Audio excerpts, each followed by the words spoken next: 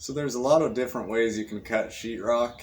There are multiple tools that you can use. A multi-tool is a good tool to use, but not everyone has a multi-tool. So I'm going to show you how to make cuts using two basic tools.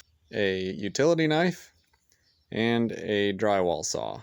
You should be able to find both of these at your local hardware store.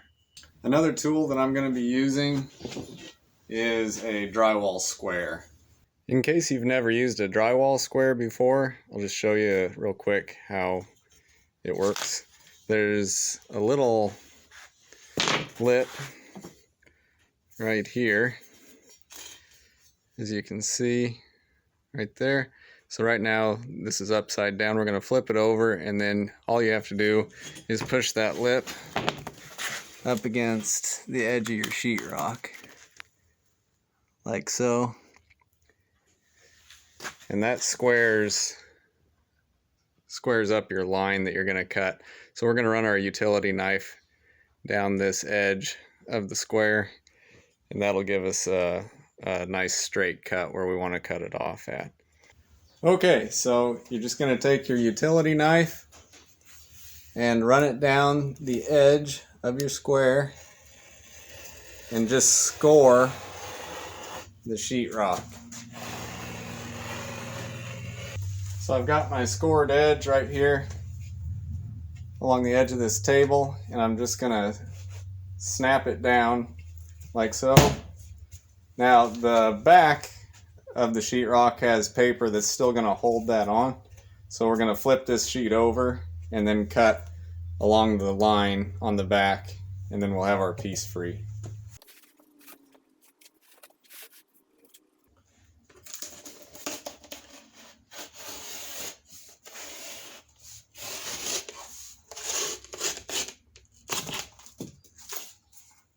Now let's take a look at if we need to cut a piece out of, say, the middle of a sheet where an electrical box or something is going to go, or maybe you've got a plumbing pipe or something, and we need to just cut out a section of it. So I'm going to show you how to use just the jab saw or the drywall saw to cut this section out.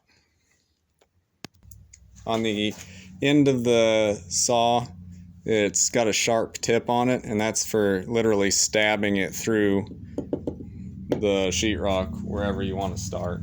So I'm just going to set it in the corner like this and kind of tap on it with the top of my hand. There. So that's sticking through there, and it's started. And then you're just going to rotate it back and forth along your line.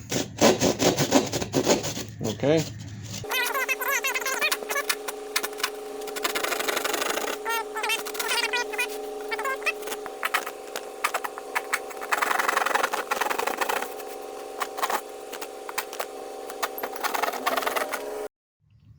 Okay, so we've cut out for our electric box,